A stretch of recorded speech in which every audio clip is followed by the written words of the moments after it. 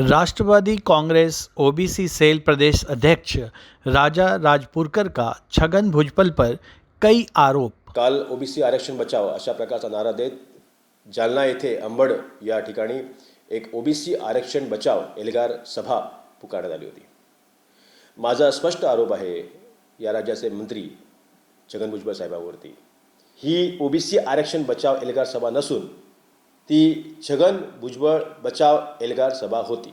हे यासाठी मी म्हणतो की ज्या पद्धतीने तुम्ही सर्वपक्षीय सभा बोलवता त्या सर्वपक्षीय सभेच्या व्यासपीठावर फक्त आणि फक्त भारतीय जनता पार्टीचे पुरस्कृत सन्माननीय फलाना जे काही नेते असतील नेतेगण मंडळी असतील ती तिथे होती। या एकंदरीत व्यासपीठावरती भारतीय जनता पक्षाकडून देवयानी फरांदे असतील, डॉक्टर महात्मे असतील, आशिष देशमुख असतील, त्या ठिकाणी महादेव जानकरजी पुरस्कृत असतील, गोपीचंद पडळकर त्यांचे पुरस्कृत असतील, त्यानंतर भुजबळ हे सगळेच नेते जे होते ते सगळे भुजबळ साहेबांच्या आणि भारतीय जनता पार्टीचे पुरस्कृत नेते होते। ज्या वेळेला आम्ही सत्तेमध्ये होतो आणि ज्या वेळेला आम्ही सत्तेच्या बाहेर होतो या दोन्ही वेळेला जी भूमिका त्यांनी मांडली होती ती भूमिका होती ओबीसीच्या त्या ठिकाणी न्याय हक्काची।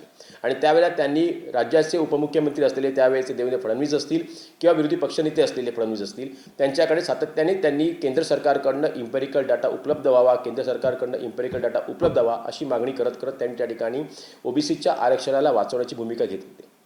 पण आज अचानक काय झालं की त्या ठिकाणी भुजबळ साहेब जे आहेत ते त्यांचा त्या ठिकाणी 360 डिग्री मध्ये पूर्ण त्यांचा जो आहे त्यांचा पलटवार झालेला है। राजपुरकर ने भुजबल से पूछा कि यदि भुजबल वास्तव में ओबीसी नेता हैं तो उन्हें ओबीसी विरोधी जीआर रद्द कर देना चाहिए। राज्य में जातिवार जनगणना करानी चाहिए। क्या अब भुजबल सत्ता में हैं तो उन्हें क्लीन चिट मिल गई है? जालना राजा राजापुरकर के हमले में भुजबल रेस्क्यू एल्गार सभा ओबीसी आरक्षण रेस्क्यू एल्गार सभा नहीं है। अगर कोई ओबीसी का पालन करने में विफल रहा है तो वह केवल शरद पवार हैं। क्या हम दो समुदायों के बीच दंगा कराना चाहते हैं? क्या हम लोगों का सिर फोड़ना चाहते हैं? भड़काऊ भाषण पर राजपुरकर का गहरा सवाल। मला असं वाटतं की राज्यातल्या सर्व बांधवांना आरक्षण आणि वेगवेगळ्या विधेयकाच्या माध्यमातून आरक्षित भूमिका मिळण्यासाठी राज्याची जनगणना देशाची जनगणना अत्यंत महत्त्वाची आहे आणि जनगणनेच्या भूमिकेवरती अखंड राज्याने, अखंड देशाने, अखंड समाजाने एकत्रित व्हावं, एका प्लॅटफॉर्मवरती यावं आणि जनगणनेची मागणी करावी। दुसरी गोष्ट, राज्याचे मुख्यमंत्री आणि उपमुख्यमंत्री ज्या पद्धतीने राज्यामध्ये लोकांच्या घराघरामध्ये आग लावली जाते आहे, दुकानं फोडली जात आहेत, गाड्या पेटवल्या जात आहेत, गाड्या फोडल्या जात आहेत, हॉटेलं जाळली जात आहेत, लोकांचे नुकसान केलं जात आहे, याच्यामध्ये राज्याचे मुख्यमंत्री उपमुख्यमंत्री गृहमंत्री कुठेतरी ही परिस्थिती हाताळताना कमी पडत आहेत। त्यामुळे राज्याचे गृहमंत्री यांनी तात्काळ राजीनामा द्यावा आणि भुजबळ साहेबांना जर ओबीसीचा खरोखरच कळवळा असेल तर त्यांनी या राज्याच्या मंत्रिमंडळामध्ये ओबीसींच्या आरक्षणासाठी जातीय जनगणनेसाठी एकमत लावावं, नाहीतर या मंत्रिमंडळातून राजीनाम्यातून बाहेर पडावं। एकंदरीत हा पूर्ण प्रकार तयार केला गेला आहे की एकीकडे मराठा समाजाला कुणबी समाजाला प्रमाणपत्र दिलं गेलं, दुसरीकडे ओबीसी समाजाला प्रमाणपत्र कुणबी समाजाचं प्रमाणपत्र देण्यात येणार नाही अशा प्रकारची भूमिका घेतली गेली। त्यानंतर या दोन दुटोपी भूमिका घेतल्या गेल्या आणि त्यानंतर अचानकपणे भुजबळ साहेब जे आहेत त्यातून बाहेर पडले आणि त्याच्यातून त्यांनी समाजाला पेटवायचा प्रयत्न केला।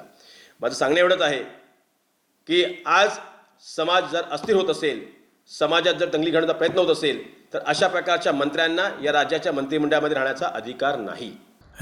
राजापुरकर ने कहा है कि आज के मंत्री भुजबल साहब एल्गार सभा के माध्यम से ओबीसी बचाव की भूमिका निभाते हुए आज दोहरी भूमिका निभा रहे हैं।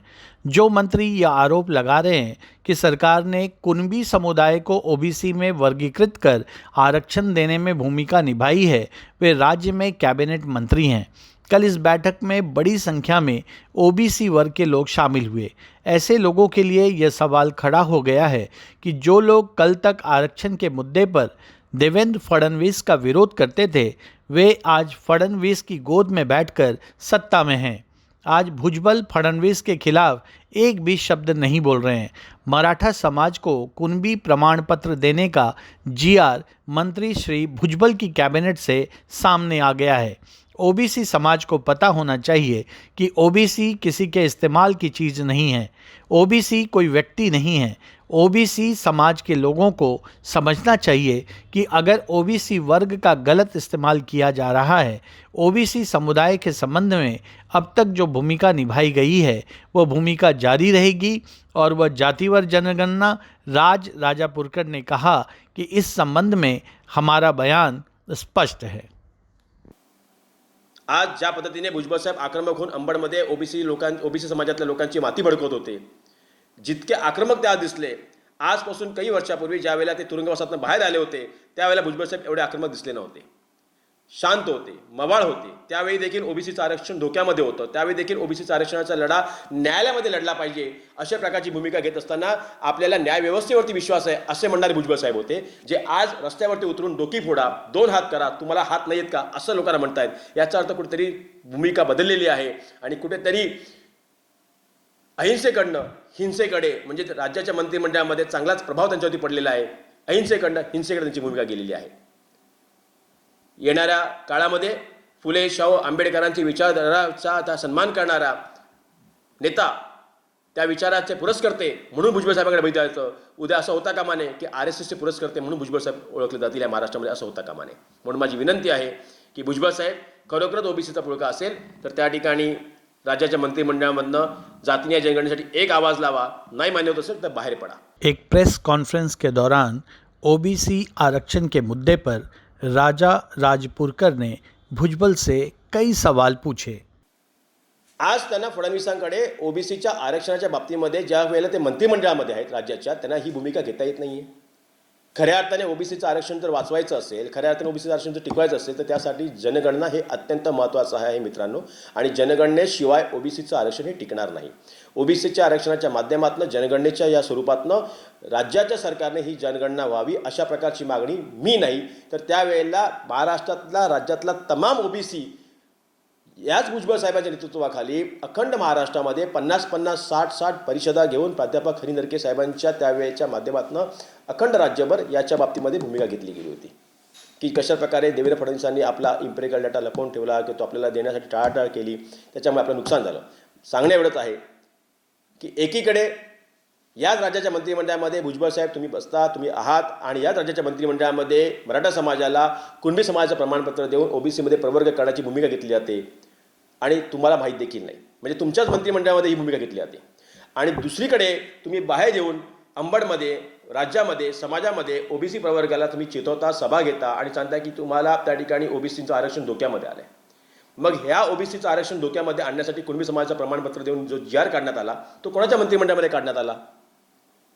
म्हणजे एकीकडे तुमच्याच मंत्रिमंडळामध्ये तुम्हालाच माहीत नाही, तुम्ही मंत्रिमंडळामध्ये असून तुमचं मंत्रिमंडळ ऐकत नाही, तुम्ही मंत्रिमंडळामध्ये असून तुमचे मुख्यमंत्री ऐकत नाहीत, उपमुख्यमंत्री ऐकत नाहीत आणि दुसरीकडे तुम्ही समाजामध्ये बाहेर येऊन तुम्ही तेढ निर्माण करता। म्हणजे एकंदरीतच मला असं वाटतं की हा एक कलमी कार्यक्रम चालू आहे की 2 समाजामध्ये भांडणं लावून, 2 समाजामध्ये वाद निर्माण करून, 2 समाजामध्ये दंगल पेटवून या समाजाला, या राज्याला अस्थिर करण्याचा प्रयत्न केला जातोय। ओबीसी प्रवर्गाची डोकी भडकवण्याचं काम सुरू झालेलं आहे।